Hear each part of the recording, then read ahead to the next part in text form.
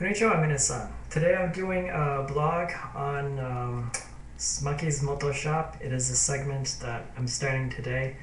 It's going to be everything automotive. I did have a previous segment that I did call Skoto's Garage. I just didn't like the title very much. So if I were to have a garage, if I were to have a business and working on cars, then it would probably be called Maki's Moto shop. And I might even create it as like a fictional thing until someday when I have property and I can do some stuff like that. So it would be pretty cool. Now this is a topic that I've been dying to do for quite some time, and as some people probably have seen out here, I've had headers that I was supposed to paint with some high temperature paint, doing a primer and a paint coat on it. I haven't come across to do it, but I felt it's important to do this blog to let some other automotive enthusiasts know that if you have something that's old, that's rusted, or just kind of crappy looking, it's seen some time, but you still have a part that's very good, it's functional, it's structurally stable and whatnot, you can use it again and you can make it look brand new. You have to look in the phone book and find somebody who provides a service of sandblasting. It's probably going to be on Sandblasting. It's probably going to be Sandblasting period. I think I would look into that.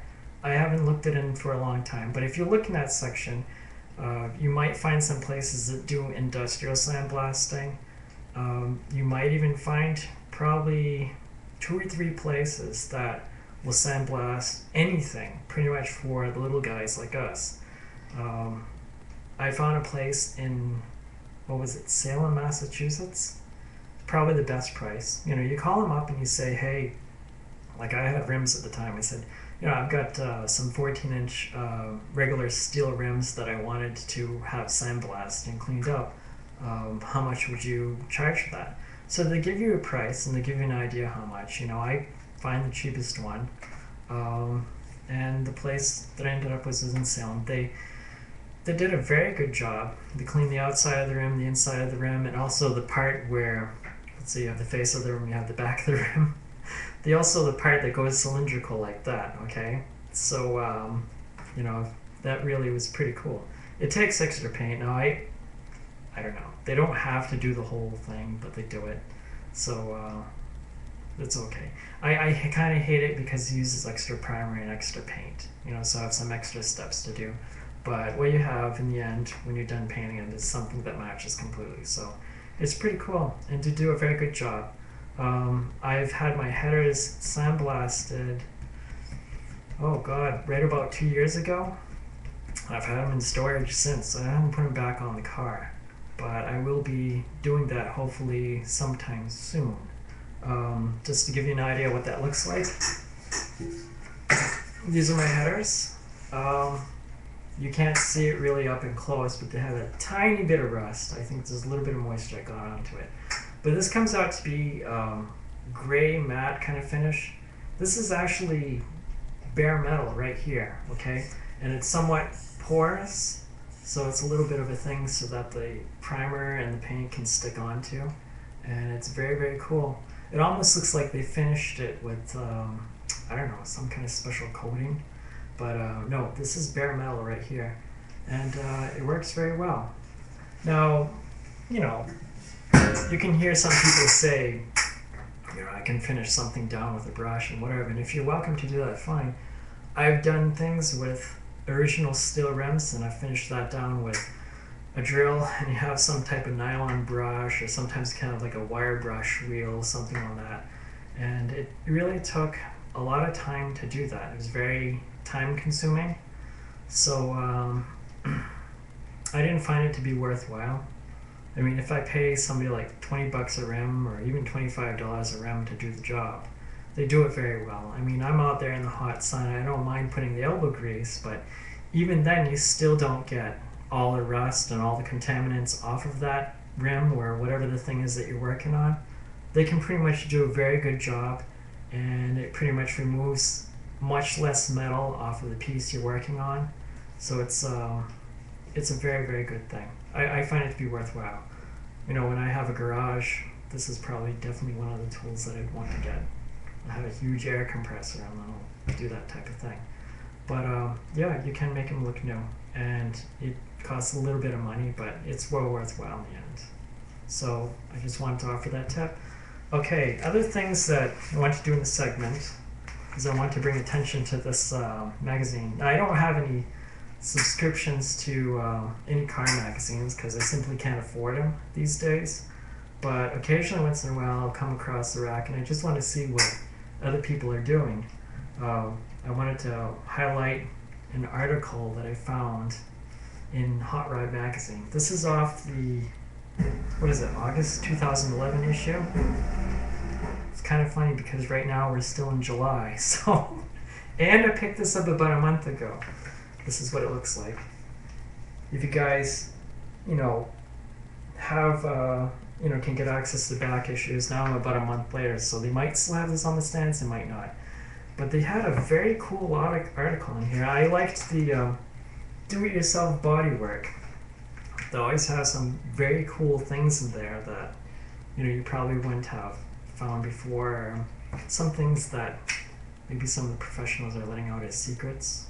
Those auto body guys are very good at what they do. I'm sure that they would keep some things a little bit secret.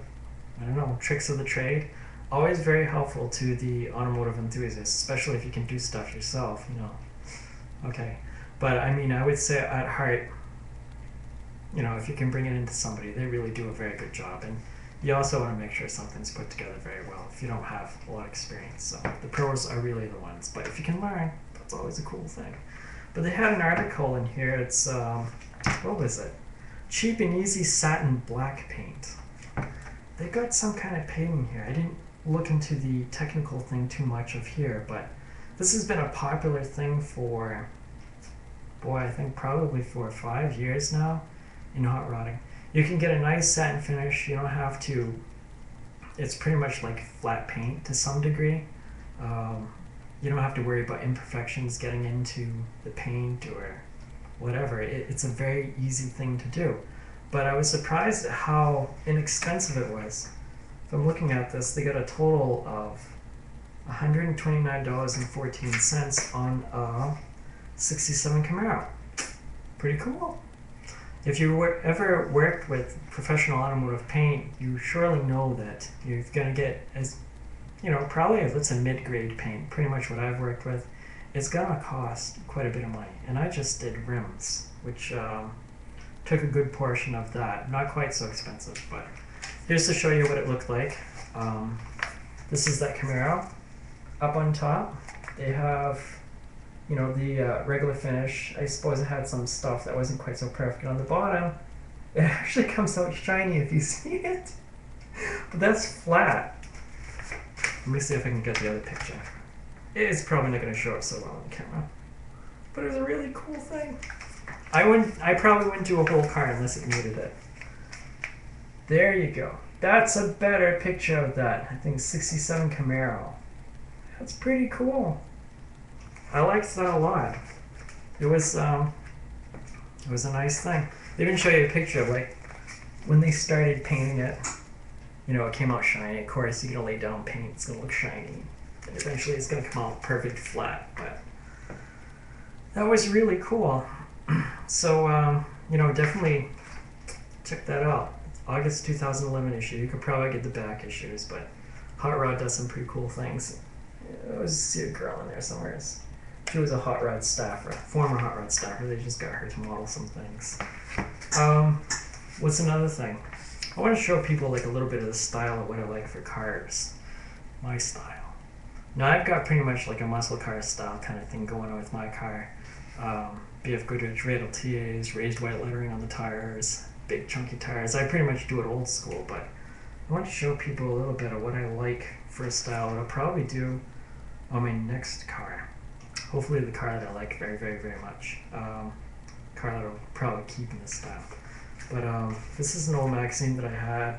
Oh god, I think this goes back for a long time ago. December 2010? Okay, maybe not so much. Street Rodder magazine. Pretty cool. You see some old school cars in there, right? Wide white wall tires, skinny white wall tires, and their tires are a little bit wide, but probably looking more tall than anything else. That's pretty much the style I like. they've got a car in here. I forget, looks like a 30 something Ford. It's on the table of contents. They did very cool with that. I think those tires in the back are probably, I think they're 31 or 32 inches tall.